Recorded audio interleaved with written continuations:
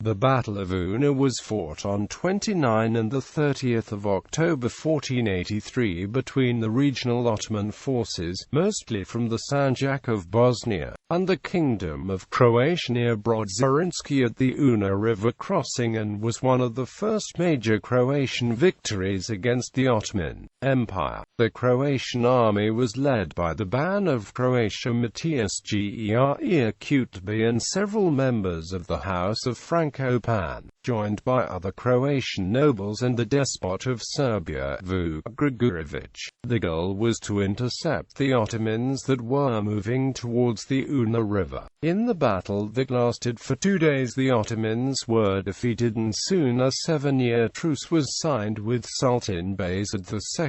Background: following the fall of Positolj on the Neretva River in 1471, the whole land between Cetina and Neretva rivers except the coastline fell into Ottoman hands. To prevent further Ottoman expansion, King Matthias Corvinus named Nicholas Vuk titular King of Bosnia. The Kingdom of Bosnia was conquered by the Ottomans in 1463, and the last king, Stephen Tomasevic, was beheaded by Mehmed II. Soon Nicholas Vuk was named Ban of Croatia and Slavonia, making them a single administrative unit. His task was to take the parts of Bosnia that were still held by the Ottomans, but he failed to do so. Following his death, King Matthias broke into Bosnia and reached Sarajevo. However, his success was temporary. In 1482 the Ottomans conquered Herzegovina. That same year Ottoman forces from the Sanjak of Bosnia plundered Carniola, while in 1483 they ravaged the surroundings of Ptuj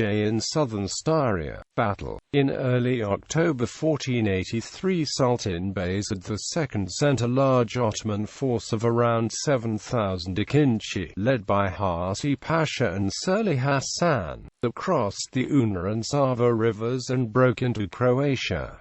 The most affected areas were the countrysides of Jastobarsko and Petrovina. Their army was split into 3 parts, each going its own course, with one continuing towards Carniola and Carinthia on the 16th of October. Matthias Geréb, who became the Ban of Croatia that year, was informed about the raid, but he was lacking the forces to confront the Ottomans. Therefore, he started assembling an army with the Croatian nobles, Count Bernardin Frankopan, Ivan Frankopan Satinsky, Mihovil Frankopan Slunjski, Peter Zrinski and Ban Deputy Gaspar Perisic, who were later joined by Despot of Serbia Vuk Grgurević and Blaise Magyar. A part of the Croatian cavalry was sent to track the Ottomans on distance, and if an opportunity comes up, to intercept them. On the way back the Ottoman armies merged into one, leading many captives that were slowing them down. Upon hearing of a large army trailing them, the Ottomans tried to evade a fight and reached the Bosnian Sanjak without a trace. The Croatian army waited for them at the Una River crossing near Brod Zrinski. Since there was no other crossing nearby, fighting started on the 29th of October. The battle was halted by the nightfall, during which the Ottomans took position at the foot of a nearby hill. Fighting continued the next day at dawn and resulted in a total defeat of the Ottoman army. Around 2,000 Ottomans were imprisoned, while more than 1,000 fell on the battlefield. According to a report from King Matthias Corvinus,